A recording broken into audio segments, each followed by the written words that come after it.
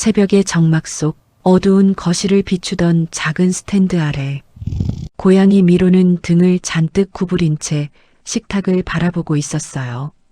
그곳에서는 며느리 혜림이 누군가에게 들키기라도 할까 조심스러운 손놀림으로 약병을 열고 무언가를 꺼내 다시 밀어넣고 있었죠. 딸깍 약 뚜껑 닫히는 소리가 새벽을 베어냈고 혜림은 곧이어 언제나처럼 부드럽고 살갑게 웃으며 시어머니의 방으로 향했어요. 하지만 미로의 눈빛은 그 부드러움 뒤에 감춰진 다른 냄새를 먼저 알아차린 듯 가늘게 흔들렸습니다. 그리고 그 순간 미로는 느꼈어요. 오늘 밤 무언가 큰 일이 시작될 것이라는 걸. 이 집의 주인은 70평생을 살아온 시어머니였습니다. 말수는 적었지만 따뜻한 눈빛만으로도 사랑을 전하는 분이었어요. 젊은 시절엔 동네에서 손꼽히는 미인이었다고 하죠. 하지만 세월은 누구에게나 공평해서 이제는 매일 약을 챙겨 먹어야 하는 몸이 되었습니다. 손도 자주 떨렸고 기력도 예전 같지 않았어요. 그래도 하루하루를 감사히 살아가는 분이었습니다.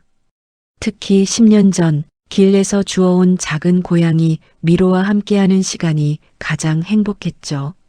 미로야, 오늘도 예쁘구나. 시어머니는 미로를 쓰다듬으며 조용히 미소 지었습니다. 아들 준호는 성실한 직장인이었어요. 대기업 과장으로 일하며 가족을 책임지는 가장이었죠. 하지만 그만큼 집엔 거의 없었습니다. 아침 일찍 나가서 밤늦게 들어오는 게 일상이었어요.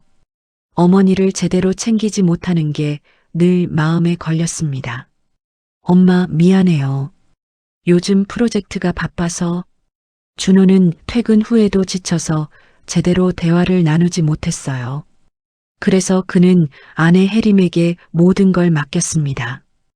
혜림은 30대 중반의 여성이에요. 결혼 전엔 대학병원 간호사로 일했죠. 의료 지식도 풍부하고 사람 대하는 것도 능숙했습니다. 밖에서 보는 그녀는 천사 그 자체였어요. 어머님, 오늘 컨디션은 어떠세요? 약 드실 시간이에요. 제가 물 떠올게요. 식사는 제가 준비할 테니 편히 쉬세요. 동네 사람들은 모두 혜림을 칭찬했습니다. 준호 씨 부인은 정말 효부네요. 시어머니 모시는 거 보면 기특해요. 준호도 아내를 믿고 의지했어요. 혜림이 있어서 안심이었죠. 하지만 미로는 달랐습니다. 시어머니가 10년간 키운 이 고양이만은 뭔가 이상함을 감지했어요. 혜림이 집에 들어올 때마다 미로는 소파 밑으로 숨었습니다. 꼬리를 낮추고 귀를 뒤로 젖혔죠. 동물의 본능이 경고하고 있었어요.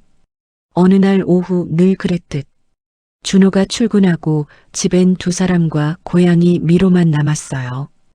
혜림은 시어머니께 약을 건넸습니다. 어머님, 오늘도 잊지 마시고 드세요.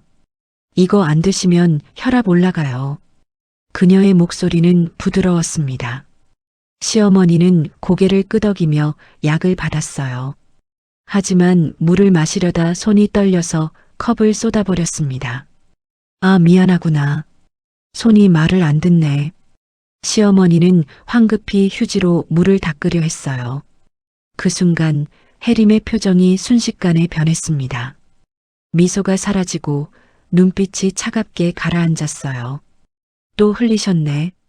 목소리 톤이 완전히 달라졌습니다. 도대체 얼마나 손이 떨리시는 거예요? 매번 청소하는 게 저라고요. 저도 사람인데 피곤하다는 생각 안 드세요? 시어머니는 움찔했습니다. 고개를 떨구고 말없이 앉아 있었어요. 미안하다. 됐어요. 어차피 제가 할 거니까요. 혜림은 인상을 쓰며 걸레를 들고 바닥을 닦았습니다. 미로는 그 모습을 소파 밑에서 지켜봤어요. 등이 부르르 떨렸습니다. 그리고 혜림이 돌아서자마자 다시 밝은 표정으로 돌아왔어요. 어머님, 그래도 약은 꼭 드세요. 건강이 우선이니까요. 목소리는 다시 달콤해졌습니다. 시어머니는 조용히 방으로 들어갔어요. 등이 더욱 굽어 보였죠. 미로는 천천히 소파 밑에서 나와 시어머니 방 앞을 서성였습니다. 이 집에서 무언가 잘못되고 있었어요. 그리고 그 진실을 아는 건 이 작은 고양이뿐이었습니다. 미로는 날마다 이상한 장면들을 목격했습니다. 고양이는 사람들이 생각하는 것보다 훨씬 많은 걸 관찰해요. 집안 구석구석을 돌아다니며 인간들이 보지 못하는 것들을 봅니다. 미로도 그랬어요. 어느 날 아침 혜림이 부엌에서 약통을 꺼냈습니다. 시어머니 약은 모두 투명한 통에 담겨 있었어요.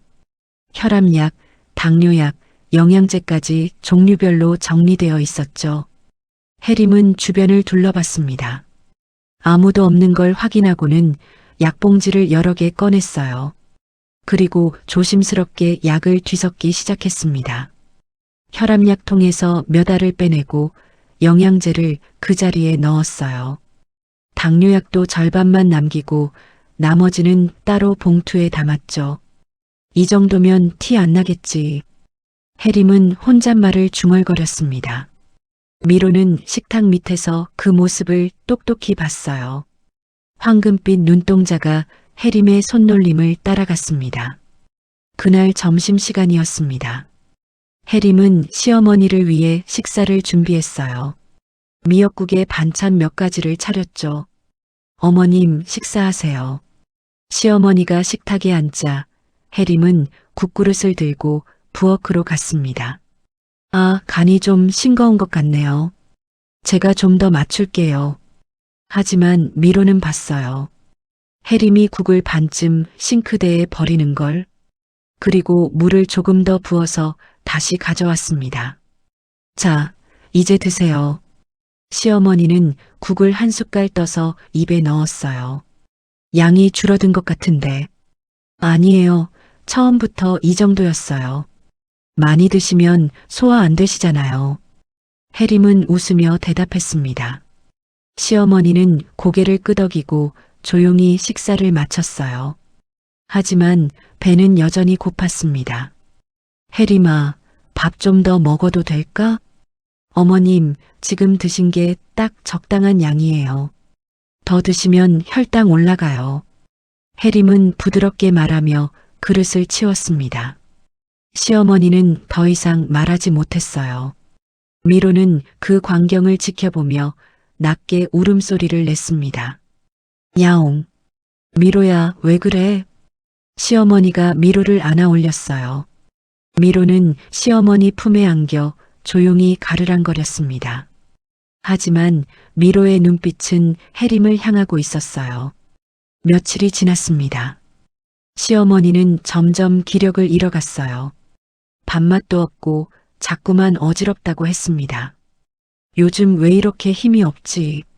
시어머니는 소파에 누워 한숨을 쉬었습니다. 준호가 퇴근 후 집에 돌아왔을 때였어요. 엄마, 괜찮으세요? 얼굴이 안 좋아 보이는데요. 아니다, 괜찮아. 그냥 좀 피곤한가 봐. 어머니가 요즘 식사를 잘 안 하세요. 혜림이 걱정스러운 표정으로 말했습니다. 제가 매번 챙기는데 입맛이 없으신가 봐요. 제 요리가 맛없나? 그녀는 눈시울을 붉혔어요. 아니야, 당신 잘못 아니야. 엄마가 원래 소식하시잖아. 준호는 아내를 토닥였습니다. 미로는 준호의 다리에 몸을 비볐어요. 뭔가 말하고 싶은 듯이 계속 울었습니다. 미야옹, 미야옹. 미로야, 왜 이래? 배고파? 준호는 미로에게 사료를 줬지만 미로는 먹지 않았어요. 대신 부엌 쪽을 계속 바라봤습니다. 그날 밤늦게 모두가 잠든 시간이었습니다. 미로는 잠들지 않고 거실을 서성였어요. 그때 혜림이 방에서 나왔습니다. 조용히 부엌으로 향했죠. 미로는 소파 뒤에 숨어 지켜봤습니다. 혜림은 식탁 서랍을 열었어요. 그 안에서 약봉지 하나를 꺼냈습니다. 원래 시어머니가 먹어야 할 약이었어요. 이렇게 하면 아무도 몰라. 해림은 그 약봉지를 더 깊은 서랍 안쪽에 숨겼습니다. 그리고 다른 약봉지를 꺼내 원래 자리에 놓았어요. 미로는 숨죽인 채 그 모습을 응시했습니다. 등골이 서늘해지는 순간이었어요. 해림이 방으로 돌아간 뒤 미로는 그 서랍 앞으로 다가갔습니다. 발로 서랍을 긁으며 낮게 울었어요. 그르르. 무언가 끔찍한 일이 벌어지고 있었습니다. 그리고 그 진실을 아는 건 이 집에서 미로뿐이었어요. 시어머니의 건강은 급격히 나빠졌습니다. 처음엔 단순한 피로라고 생각했어요. 나이 드신 분이 힘들어하는 건 자연스러운 일이니까요. 하지만 증상은 점점 심해졌습니다. 어지럼증이 잦아졌고 식사량은 더욱 줄어들었어요. 걸을 때마다 비틀거렸고 말할 때도 힘겨워했죠. 엄마, 병원 가봐야겠어요. 준호는 더 이상 지켜볼 수 없었습니다. 괜찮아, 그냥 좀 쉬면 나아질 거야. 시어머니는 손사래를 쳤지만 준호는 고집을 부렸어요. 안 돼요. 당장 병원 가요. 준호는 어머니를 모시고 병원으로 향했습니다. 해림도 함께 따라갔죠. 병원 진료실에서 의사는 여러 검사 결과를 확인했습니다. 이상하네요. 의사는 차트를 들여다보며 고개를 갸우뚱했어요. 어떤 게 이상한 건가요? 준호가 급하게 물었습니다.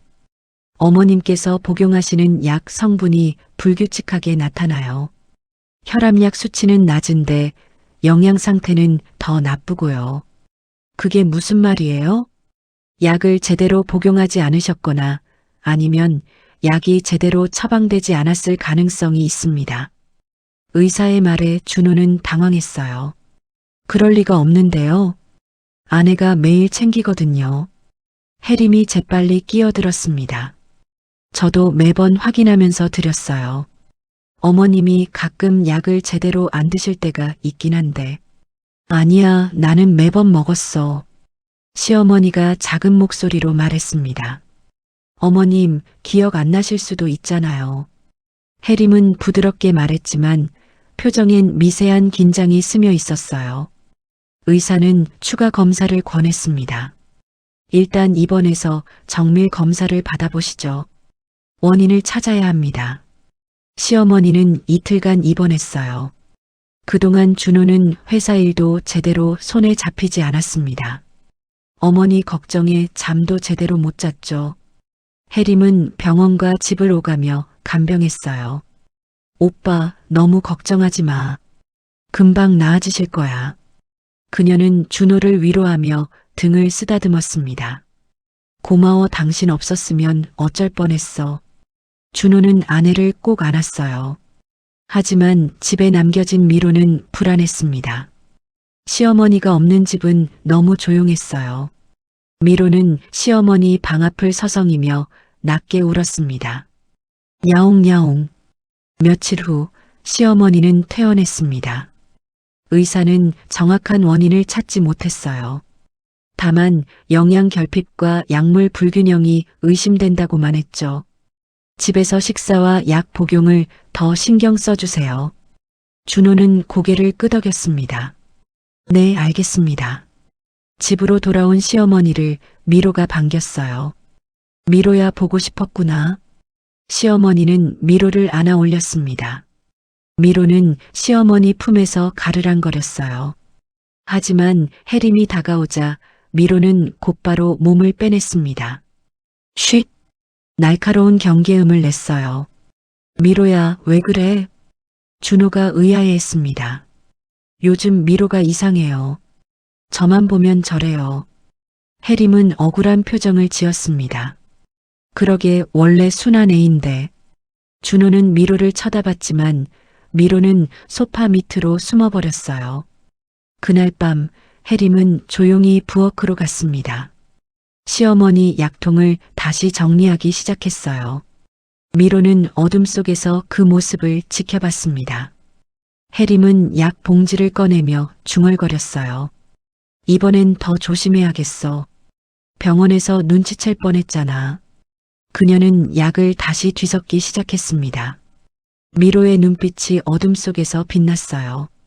준호가 아무리 아내를 믿어도, 의사가 아무리 원인을 찾지 못해도 미로는 알고 있었습니다.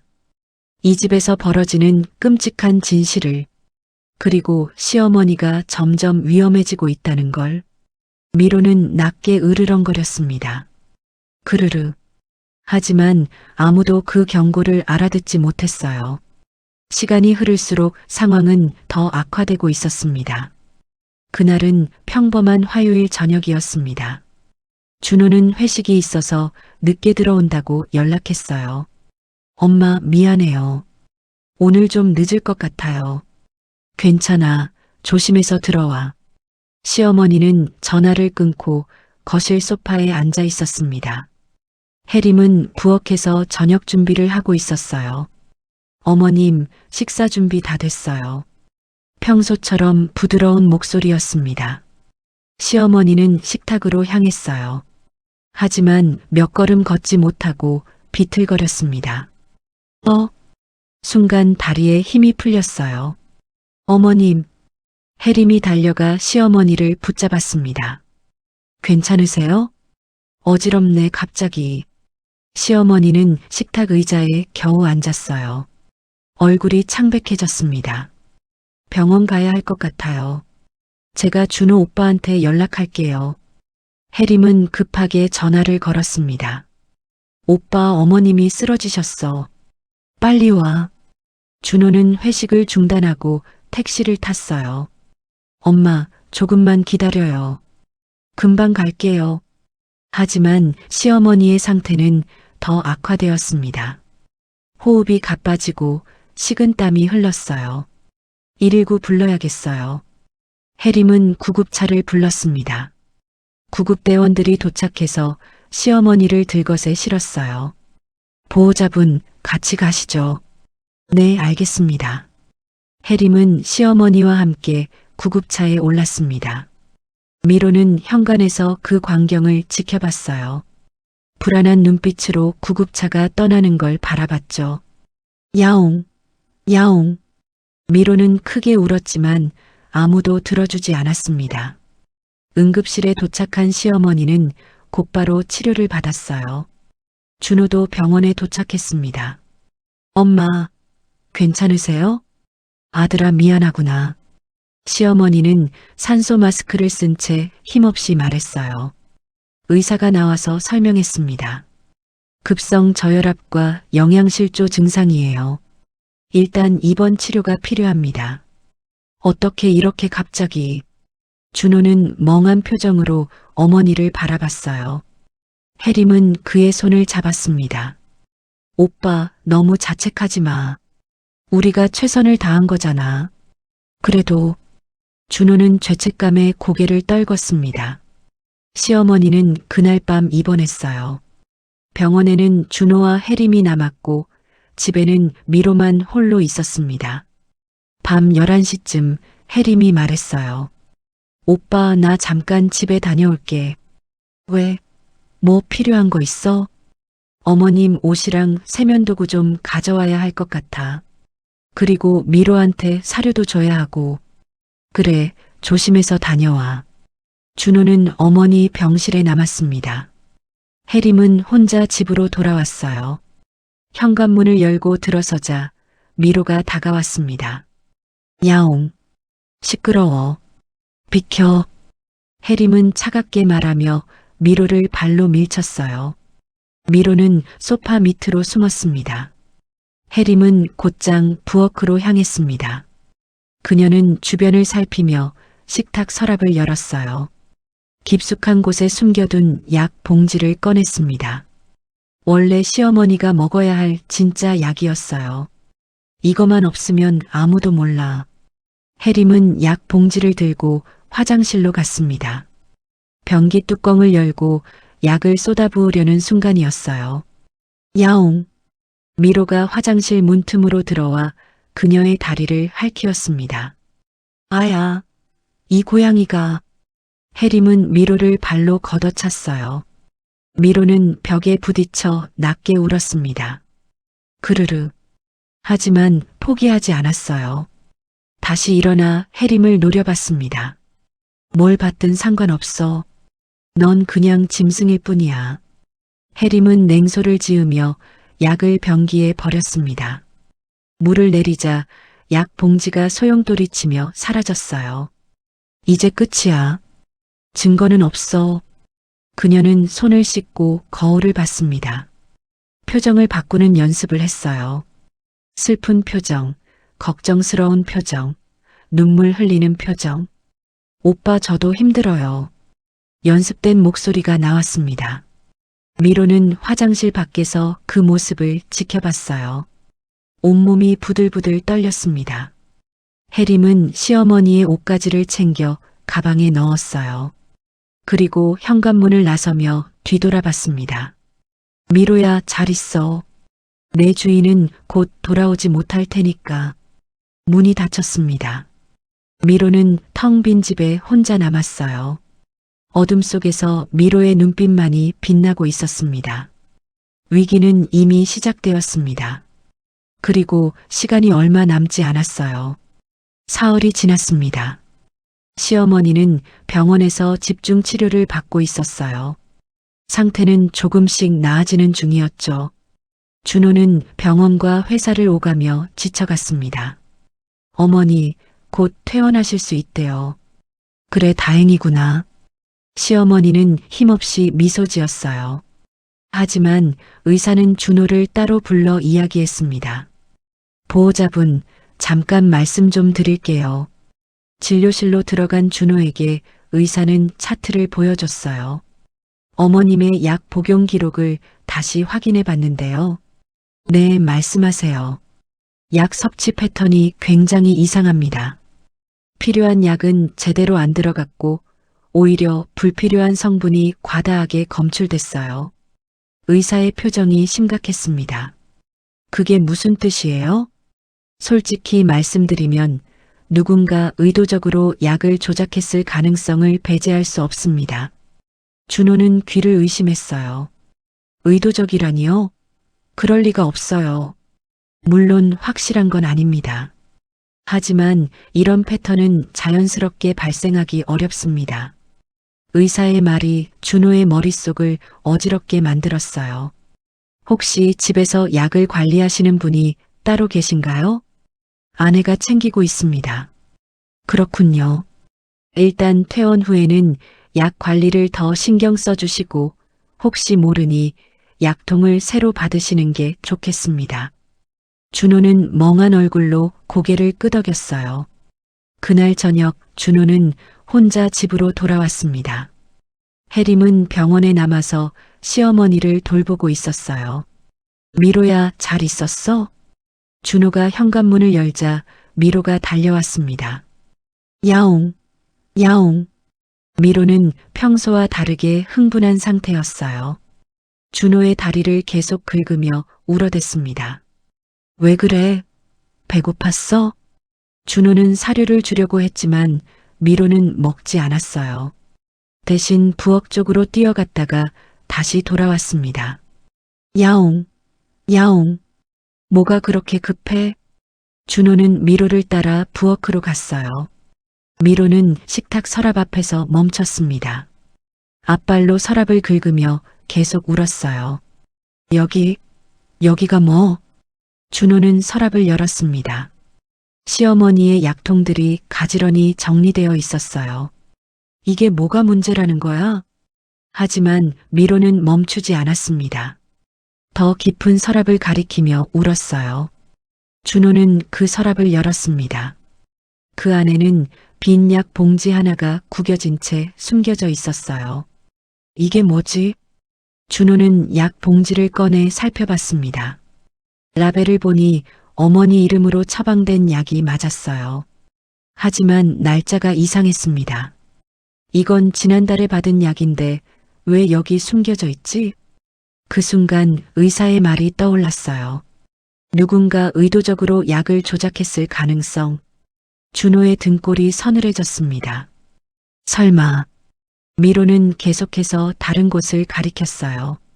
싱크대 아래 수납장이었습니다. 거기도? 준호는 수납장을 열었습니다. 쓰레기 봉투 뒤에 또 다른 약 봉지가 숨겨져 있었어요. 이번엔 절반 정도 약이 남아 있었습니다. 이게 대체... 준호는 손이 떨렸어요. 그때 현관문이 열리는 소리가 들렸습니다. 오빠 다녀왔어. 혜림의 목소리였습니다.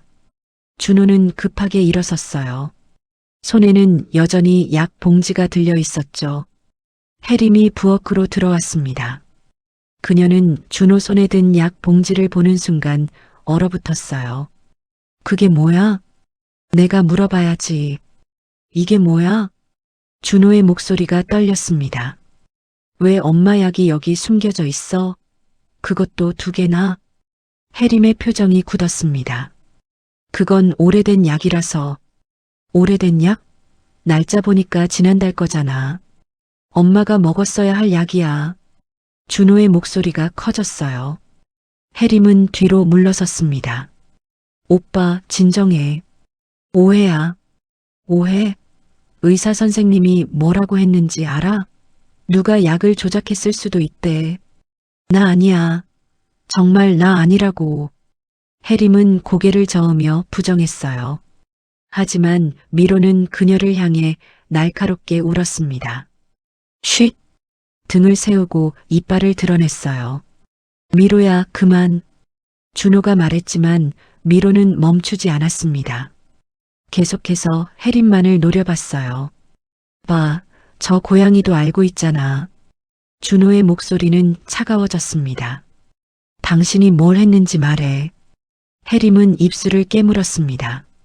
방 안의 공기가 얼어붙었어요. 진실이 드러나기 직전이었습니다.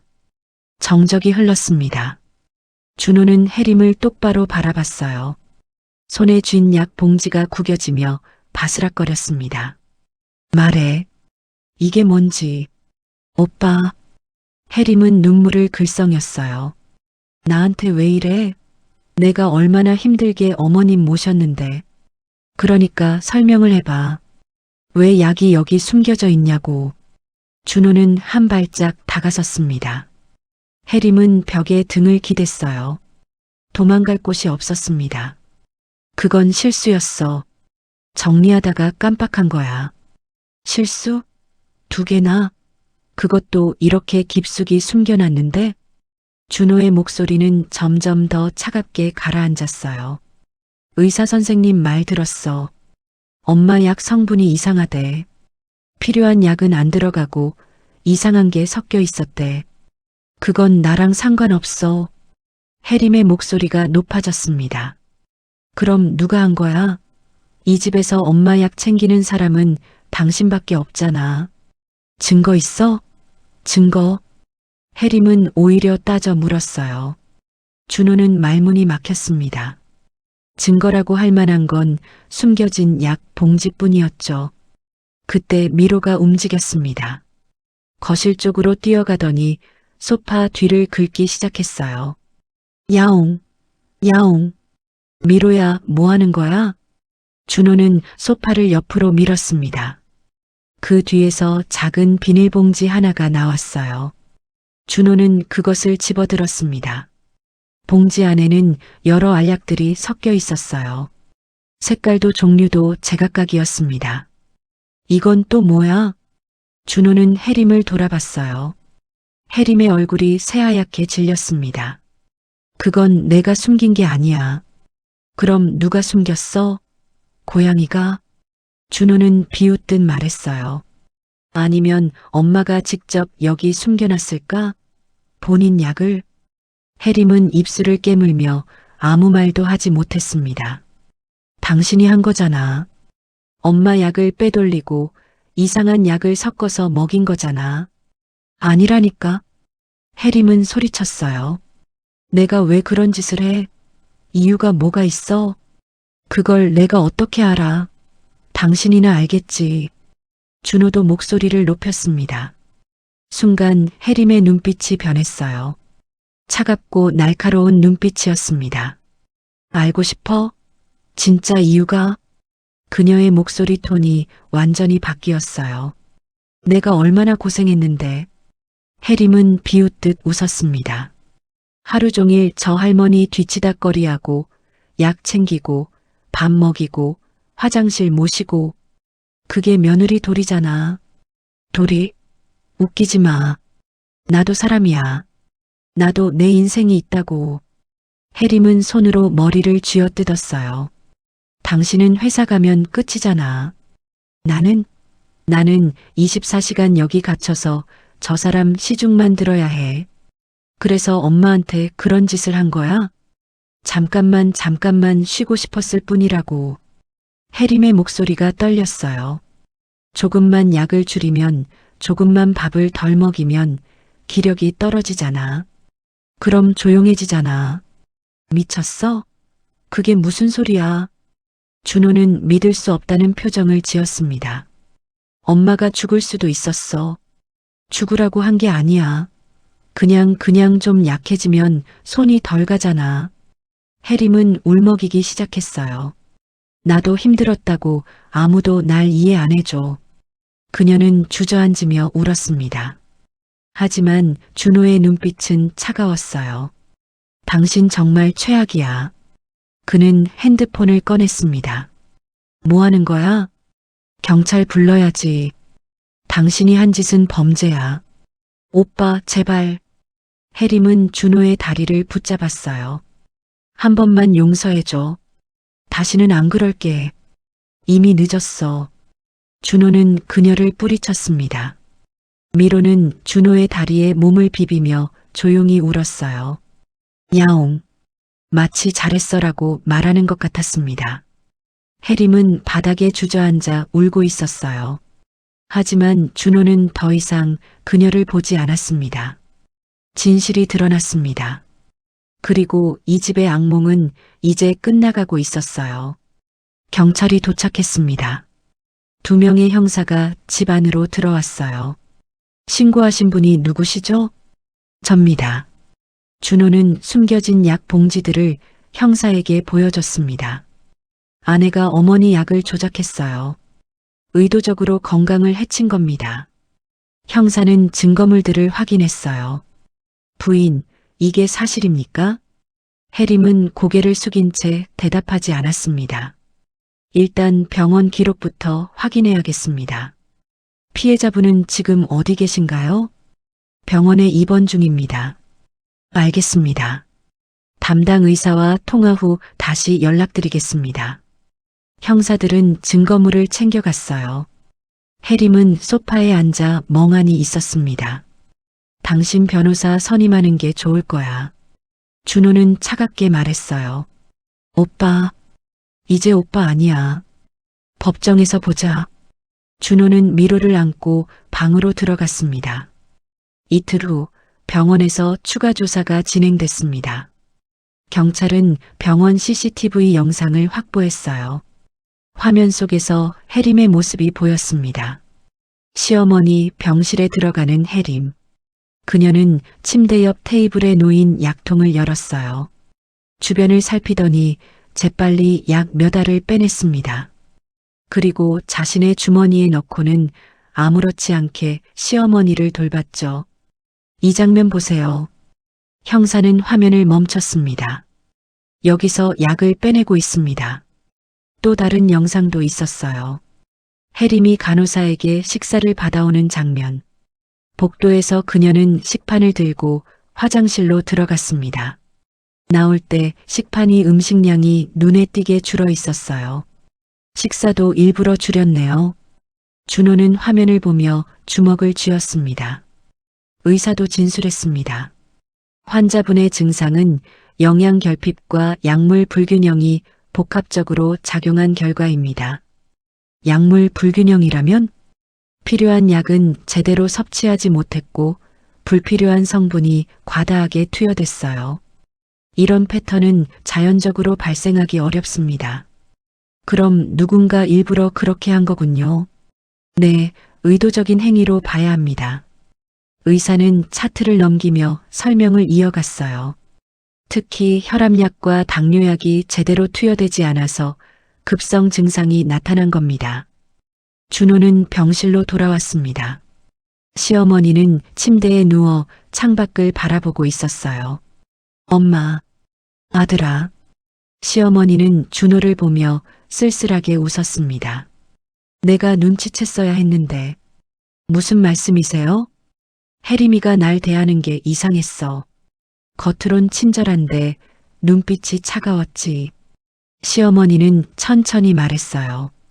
근데 너한테 말하면 부부 사이가 나빠질까봐 참았어. 엄마. 준호는 어머니 손을 잡았습니다. 죄송해요. 제가 더 신경 썼어야 했는데.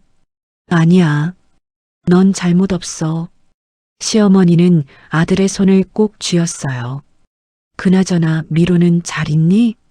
네, 집에서 제가 돌보고 있어요. 그 애가 날 구해준 거구나.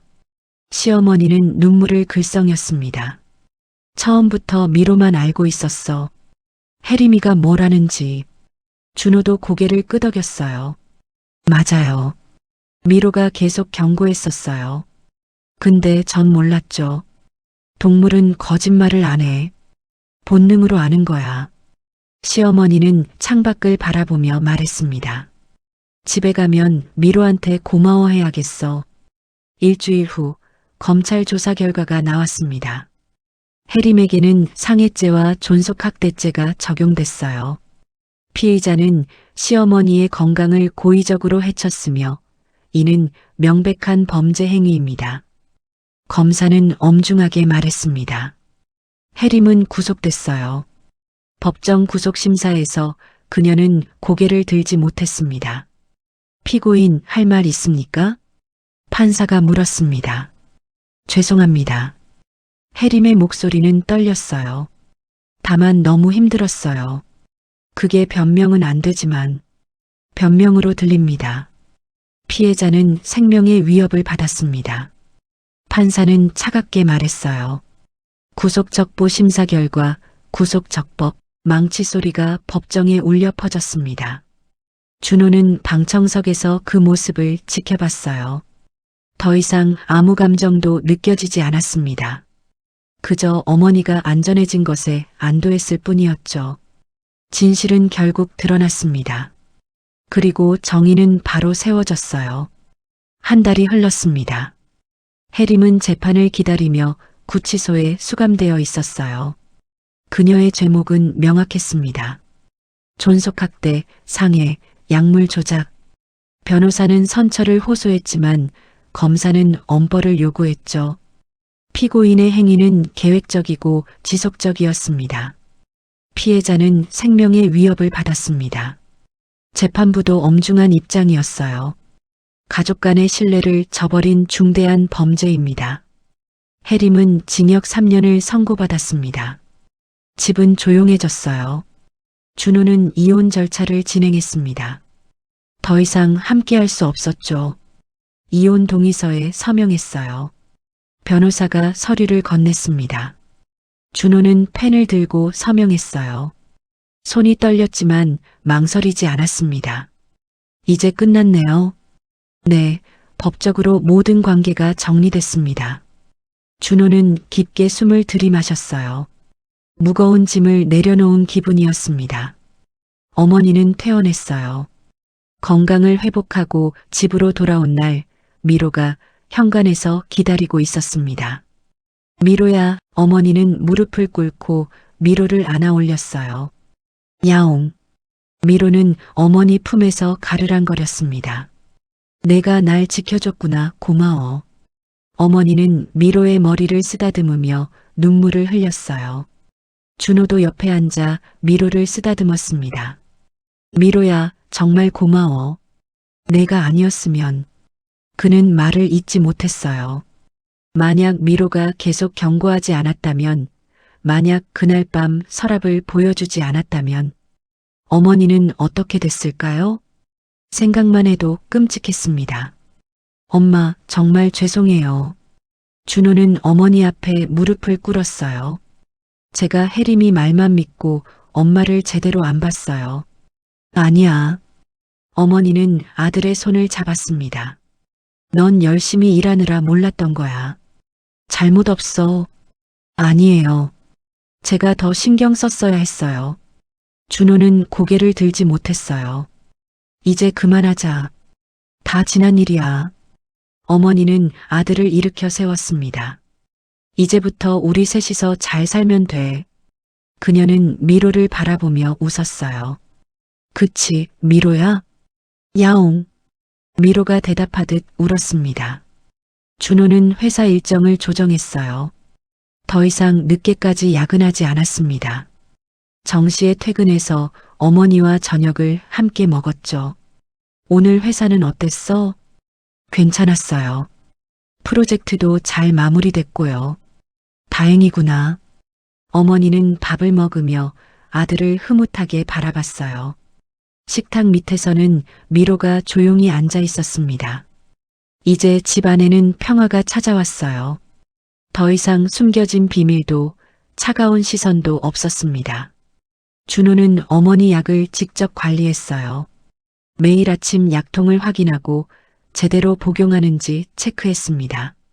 엄마, 약 드셨어요? 응, 아까 먹었어. 좋아요. 오늘 병원 검진도 가야 해요. 알았어, 아들. 병원 검진 결과는 좋았어요. 많이 좋아지셨네요. 이대로만 관리하시면 됩니다. 의사는 만족스럽게 말했습니다. 준호는 안도의 한숨을 쉬었어요. 다행이다. 어머니도 건강을 되찾으며 다시 웃음을 찾았습니다. 예전처럼 미로와 놀아주고 집안을 정리하고 작은 텃밭도 가꾸기 시작했어요. 미로야, 오늘 날씨 좋지? 어머니는 창가에 앉아 미로를 무릎에 올렸습니다. 야옹. 미로는 편안하게 가르랑거렸어요. 햇살이 따스하게 두 존재를 비췄습니다. 준호는 그 모습을 보며 미소 지었어요. 이제야 진짜 가족이 된 기분이었습니다. 악은 떠나고 선만 남았어요. 그리고 그 선을 지켜낸 건 작은 고양이 한 마리였습니다. 미로야, 정말 고마워. 준호는 미로의 등을 쓰다듬었어요. 미로는 황금빛 눈동자로 준호를 올려다봤습니다. 마치 당연한 일을 했을 뿐이라고 말하는 것 같았어요. 이 집의 수호자 미로. 그 작은 목격자가 모든 걸 바꿔놓았습니다. 6개월이 지났습니다. 계절은 어느덧 봄에서 가을로 바뀌었어요. 어머니는 완전히 건강을 되찾았습니다. 병원 검진에서도 모든 수치가 정상으로 돌아왔죠. 정말 놀라운 회복입니다. 이 나이에 이렇게 좋아지시다니. 의사는 감탄하며 말했어요. 아드님이 잘 돌보신 덕분이네요. 고맙습니다, 선생님. 준호는 환하게 웃었습니다. 집으로 돌아오는 길 어머니가 말했어요. 나 이제 혼자서도 괜찮아.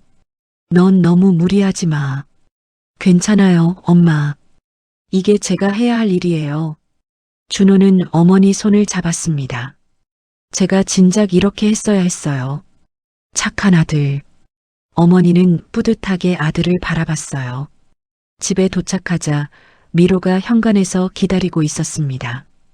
야옹. 미로야, 우리 왔어. 어머니는 신발을 벗고 미로를 안아 올렸어요. 미로는 기분 좋게 가르랑거렸습니다. 넌 정말 우리 집 영웅이야. 준호는 미로의 턱을 긁어주며 웃었어요. 거실은 완전히 새롭게 단장되어 있었습니다. 준호가 주말마다 조금씩 정리하고 꾸민 결과였죠. 밝은색 커튼에 새 소파, 벽에는 가족 사진들이 걸려 있었어요. 집이 정말 밝아졌네. 어머니는 만족스럽게 주변을 둘러봤습니다. 엄마가 좋아하실 것 같아서 바꿔봤어요. 고맙구나. 저녁 식사는 준호가 직접 준비했어요. 요리 실력이 늘어서 이제는 제법 그럴듯한 음식을 만들었죠. 아들이 요리도 잘하네. 엄마 덕분이에요.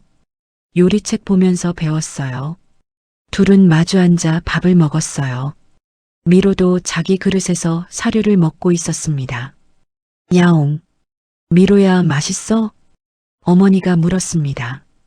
미로는 꼬리를 세우고 대답하듯 울었어요. 식사 후 세 식구는 거실에서 TV를 봤습니다. 어머니는 소파에 편하게 앉았고 미로는 그녀 무릎 위에 올라갔어요. 준호는 옆에서 차를 마시며 함께 시간을 보냈죠. 참, 오늘 회사에서 좋은 소식이 있었어요. 무슨 소식? 승진 대상자로 추천됐대요. 정말? 축하한다, 아들. 어머니는 기뻐하며 아들의 손을 잡았어요. 다 엄마 덕분이에요. 무슨 소리야? 내 능력이지. 아니에요. 엄마가 건강해지니까 제 마음도 편해졌어요. 그래서 일도 잘 되는 것 같아요. 준호는 진심으로 말했습니다. 그날 밤 준호는 일기를 썼어요. 예전엔 쓰지 않던 습관이었지만 요즘은 매일 적고 있었습니다. 오늘도 엄마는 건강하시다. 그래서 너무 감사한 마음이 든다. 예전엔 생각해보지 못했던 마음이다. 미로도 잘 먹고 잘 논다. 나도 행복하다. 짧지만 진심이 담긴 문장들이었어요. 창밖으로 달빛이 들어왔습니다. 미로는 창가에 앉아 밤하늘을 바라보고 있었어요. 황금빛 눈동자가 달빛을 받아 반짝였습니다. 미로야. 준호가 다가가서 미로를 쓰다듬었어요. 내가 없었으면 우린 어떻게 됐을까? 미로는 준호를 올려다봤습니다. 야옹. 그 울음소리는 마치 걱정 마, 내가 지켜줄게라고 말하는 것 같았어요. 준호는 미로를 안아 올렸습니다. 고마워, 미로야. 정말 고마워. 어머니도 다가와서 둘을 바라봤어요. 우리 오래오래 행복하게 살자. 네, 엄마. 세 식구는 창가에 서서 밤하늘을 바라봤습니다. 별들이 반짝이고 달이 환하게 빛났어요. 평화로운 밤이었습니다. 더 이상 숨겨진 비밀도 차가운 시선도 두려움도 없었어요. 그저 따뜻한 가족만 남았습니다. 모두가 천사라 믿었던 며느리. 하지만 진실은 세상에서 가장 조용한 목격자가 알고 있었습니다. 작은 고양이 미로. 그 황금빛 눈동자는 모든 걸 보고 있었죠. 그리고 그 눈동자가 지켜낸 한 사람의 삶은 그날 이후 다시 빛을 되찾았습니다. 때론 진실은 말없는 존재로부터 옵니다. 그리고 그 진실이 세상을 바꿀 때도 있죠. 미로는 오늘도 창가에 앉아 사랑하는 가족을 조용히 지켜보고 있습니다. 지금까지 함께 해주셔서 감사합니다. 다음엔 더 좋은 이야기로 찾아뵙겠습니다. 구독과 좋아요, 알림 설정은 저에게 큰 행복입니다.